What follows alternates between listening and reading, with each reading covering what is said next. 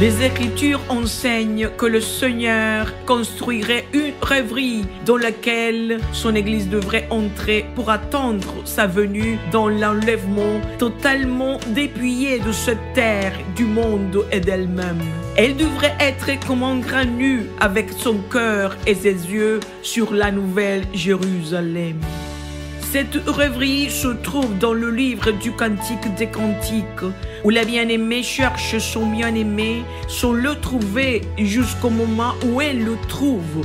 Et dans cette recherche, le bien-aimé tout autour d'elle, lui faisant sentir sa proximité. Le bien-aimé représente le Seigneur Jésus-Christ et la bien-aimée la Sainte Église que le cherche en restant toujours dans la rêverie. Cantique de Cantique 3, versets 1 et 2 dit « Sur ma couche, pendant les nuits, j'ai cherché celui que mon cœur aime. Je l'ai cherché et je ne l'ai point trouvé. Je me lèverai et je ferai le tour de la ville, dans les rues et sur les places. Je chercherai celui que mon cœur aime. Je l'ai cherché et je ne l'ai point trouvé. » Que ferait la bien-aimée dans la rêverie? La bien-aimée entendrait la voix de son bien-aimé. C'est la voix de mon bien-aimé. Le voici, il vient, sautant sur les montagnes, bondissant sur les collines. Elle dirait que le bien-aimé est là, derrière le mur, qui la regarde par les fenêtres et qui la regarde par les treillis. Elle entendrait aussi l'appel du roi quand il lui dirait « Lève-toi, mon ami, ma belle, et viens ». La Bible enseigne que le Seigneur annoncerait cet appel de saison en saison, l'hiver, le printemps, l'été et l'automne. Le Seigneur utiliserait ce cycle pour que la bien-aimée montrait sa recherche, tandis qu'il se promenait, lui faisant sentir que chaque jour, il était plus proche. Avec ce cycle, le Seigneur signale que les saisons passent, chacune recommençant. La bien-aimée continuerait à le chercher dans la rêverie jusqu'au moment qu'elle le trouve, à la saison précise que le Seigneur a déterminée avec son jour et son heure, lesquels il fait reconnaître à sa bien-aimée si elle restait dans la rêverie de son roi. Cantique des Cantiques, chapitre 2, versets 11, 12 et 13 dit « Car voici l'hiver est passé, la pluie a cessé et s'en est allée, les fleurs paraissent sur la terre, le temps de chanter est arrivé. Le figuier embaume ses fruits, et les vignes en fleurs exhalent leur parfum. Lève-toi, mon ami, ma belle, et viens. » Le Seigneur a construit la rêverie pour que sa bien-aimée l'attende, malade d'amour, qu'elle sente la main de son bien-aimé à la fenêtre, que son cœur s'émeuve et qu'elle se lève pour lui ouvrir, croyant qu'il est déjà derrière la porte. La bien-aimée éprouverait une joie si grande que ses mains dégoûteraient de myrrhe d'adoration pour le roi. Et quand elle ouvrait, elle ne le trouverait pas. Cependant, son âme ne cesserait pas de le chercher, bien qu'elle ne l'ait pas trouvé, et continuerait à déclarer « Ne réveillez pas l'amour avant qu'elle le veuille ». Cantique de Cantique, chapitre 5, verset 6 dit « J'ai ouvert à mon bien-aimé, mais mon bien-aimé s'en est allé. Il avait disparu, j'étais hors de moi quand il me parlait. Je l'ai cherché et je ne l'ai point trouvé. Je l'ai appelé et il ne m'a point répondu. » Dans le Cantique de Cantique, chapitre 5, verset 6, il est dit que lorsque la bien-aimée a ouvert la porte, son bien-aimé s'en est allé. En hébreu, le verbe est hamak et il signifie qu'il allait ici et là, indiquant qu'il était autour. Et quand dans le verset il est dit il avait disparu, en hébreu c'est avar qui signifie aussi émaner du parfum. Le Cantique des Cantiques, chapitre 5, verset 6 signifie que le bien-aimé a agi pour que la bien-aimée ressentit davantage sa proximité, qu'elle pensant même qu'il était derrière la porte. Ainsi, elle pourrait percevoir la myrrhe, les parfums de son bien-aimé, et elle émanerait également des parfums qui sont la louange, la foi et le désir ardent pour son Seigneur. J'étais hors de moi quand il me parlait. Bien que la bien-aimée n'ait pas trouvé son bien-aimé, ayant senti ses arômes, elle a entendu son appel et son âme est partie à sa recherche. Cela correspond au fait que la bien-aimée, la Sainte Église, ferait l'expérience de la proximité et des arômes du roi à partir du moment où il a construit la rêverie, l'y a fait entrer, il s'est mis à marcher au milieu d'elle, autour d'elle, en la regardant par le treillis. Le moment où le Seigneur a conduit son bien-aimé dans la rêverie et a commencé à la regarder par le treillis correspond à l'accomplissement d'Apocalypse chapitre 1 où il y a une parole prophétique sur la manière dont le Seigneur commencerait à marcher au milieu des chandeliers qui sont les églises. L'expression d'Apocalypse chapitre 1, verset 13, au milieu des 7 chandeliers, correspond à l'expression du Cantique des Cantiques, chapitre 5, verset 6, qui signifie en hébreu « était autour ». Il y a une relation entre le livre du Cantique des Cantiques et l'accomplissement prophétique d'Apocalypse chapitre 1. Pour l'Église sainte, c'est la recherche du bien-aimé. Il entrevoit et perçoit ses arômes de foi et de sainteté.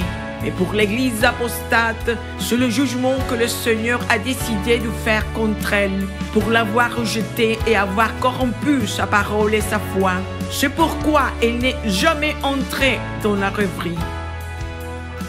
L'accomplissement de la prophétie d'Apocalypse chapitre 1, versets 12 et 13 a eu lieu en 2019, l'année où Israël a achevé les 70 années prophétiques d'existence comme nation, d'avoir reverdi comme un figuier, tel qu'on lit dans Matthieu chapitre 24, verset 32.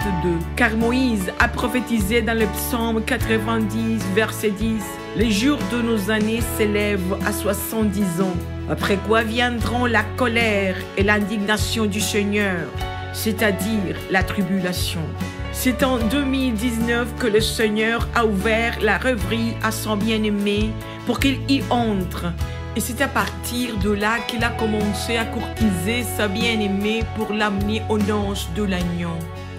Dans la rêverie, elle sent que son bien-aimé est proche. Elle la regarde car il l'entrevoit, perçoit ses arômes et l'appelle en disant « Église, viens ».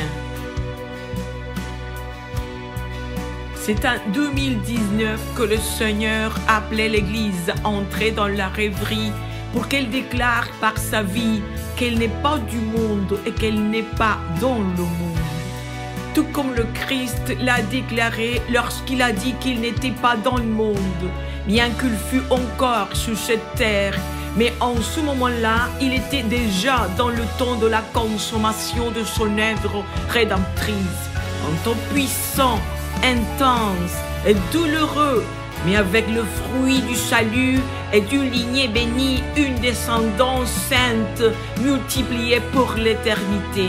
Comme le prophète Ésaïe dit dans le chapitre 53, verset 10. Il a plu à l'Éternel de le briser par la souffrance.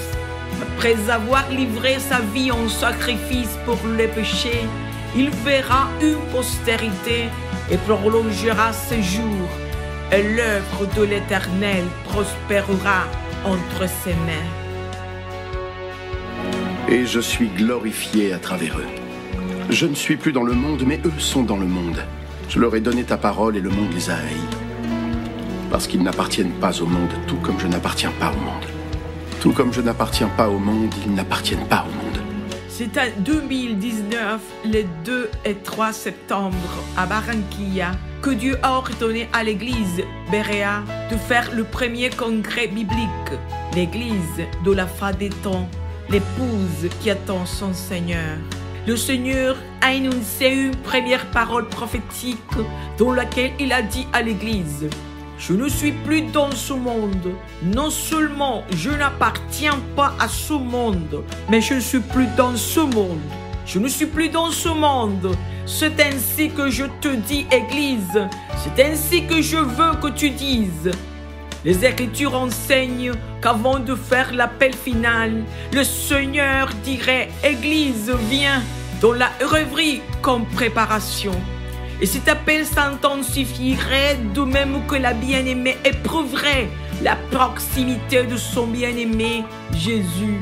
C'est arrivé pendant le compte à rebours de 50 jours du 9 décembre 2020 jusqu'à 28 janvier 2021. Le Seigneur a fait un appel fort à l'Église.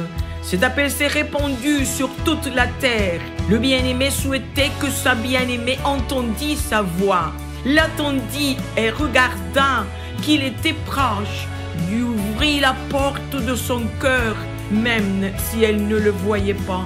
Néanmoins, elle sentirait les parfums du roi, sa marche autour d'elle pour accomplir sa parole. Il n'a cessé de l'appeler. Et c'est ainsi qu'après avoir dit « Viens, Église, viens », elle a continué à le chercher. Seuls ceux de l'Église qui restent dans la rêverie, à la recherche du bien-aimé, peuvent répondre quand on leur demande « Qu'a ton bien-aimé de plus qu'un autre, ô la plus belle des femmes ?»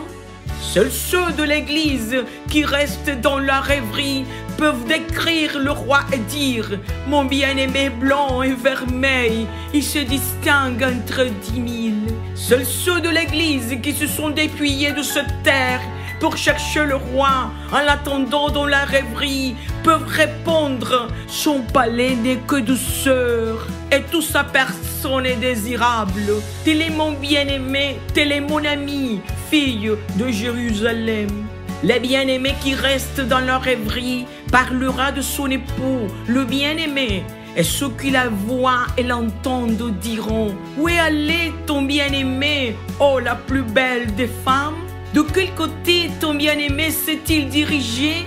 Nous le chercherons avec toi. » Ceux qui verront la bien-aimée sont les gentils qui l'écouteront parler de son époux, le bien-aimé, et elle leur parlera de sa rêverie afin qu'ils y entrent aussi et commencent à sentir les parfums de vie de leur roi, le parfum du Christ, la bonne odeur du Christ. Les gentils entendront la voix de l'Esprit qui dit « Viens, Seigneur Jésus ». Écouteront aussi la voix du bien-aimé qui déclare « Église, viens ». Les gentils répondront « Amen, oui, viens, Seigneur Jésus » et commenceront à le chercher.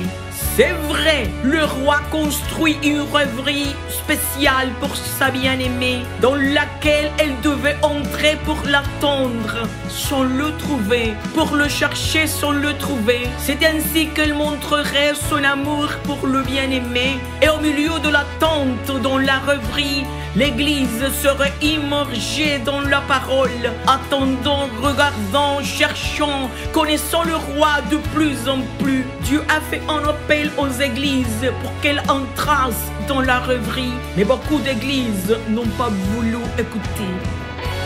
L'église apostate a méprisé la rêverie de l'époux Jésus. Cette église a rejeté la rêverie à cause de son amour propre, de son avidité pour les biens de cette terre. Elle a dit « Cette rêverie est abominable, je ne la veux pas. Je désire vivre dans la réalité, dans l'ici et le maintenant. Je souhaite cette terre. » L'église apostate a déclaré « Comme sont ridicules ceux qui sont dans la rêverie. » Cette église apostate a déjà été retranchée dans le jugement de Mondo le 28 janvier 2021. Il y a une église endormie qui n'a pas été retranchée. Cependant, elle n'a pas voulu entrer non plus dans la rêverie de l'épouse que le roi a établie, créée et déterminée pour la garder. C'est pourquoi Dieu l'amènera à la repentance avec douleur, parce qu'elle n'a pas discerné la mort du Christ, et puisqu'elle n'a pas annoncé et désiré sa venue dans l'enlèvement. Le jugement de la maladie et de la mort vient sur l'église endormie. Beaucoup partiront au ciel pour être sauvés, comme au travers du feu, et ceux qui ne mourront pas participeront à l'enlèvement ayant déjà été salés. La discipline consiste à mettre à nu l'église endormie Car le Seigneur dit, grain nu, le Seigneur doit dépouiller l'Église d'elle-même, de ses désirs terrestres, de ses envies, de la sagesse humaine mondaine, de la psychologie maudite, des doctrines des hommes qui nient le jour et l'heure de l'enlèvement, qui nient le calendrier prophétique du Seigneur et qui nient la promesse principale que Dieu a faite à l'homme depuis qu'il a créé, la promesse de la descendance sainte multipliée éternellement. Ce jugement sur l'Église endormie est la miséricorde du roi pour que les enfants de Dieu ne soient pas condamnés avec le monde. Le Seigneur va leur enseigner que pour être enlevé au ciel, il faut entrer dans la rêverie, se dépouiller de cette terre, vivre comme étranger et pèlerin. Le Seigneur déshabillera l'Église endormie pour qu'elle apprenne ses exigences, pour qu'elle fixe ses yeux et tout son être sur la nouvelle Jérusalem et les promesses éternelles. L'Église endormie va participer aux souffrances du Christ afin de ne pas connaître les souffrances du jugement de la tribulation. Le roi va sceller cette Église pour la détacher de ce monde et de la terre, afin qu'elle puisse dire « Je ne suis pas du monde et je ne suis pas dans le monde », afin qu'elle puisse gémir pour la rédemption du corps, crier pour être digne d'échapper à tout ce qui va venir. Le Seigneur enseignera l'Église endormie par la méthode de Job, de sorte qu'elle dira « Maintenant, je te connais ». Elle entrera ainsi dans la rêverie du bien-aimé et attendra le roi, comme les Écritures disent. Découvrez ce que signifie la rêverie du bien-aimé qu'il a construit pour sa bien-aimée l'épouse dans l'Église à la fin des temps, l'Église qui attend son Seigneur. Un livre puissant qui vous fera sentir le feu du Saint-Esprit afin de souhaiter de tout votre cœur la venue du roi pour enlever l'Église vers les demeures qu'il a préparées dans la maison du Père. Dans la maison du Père.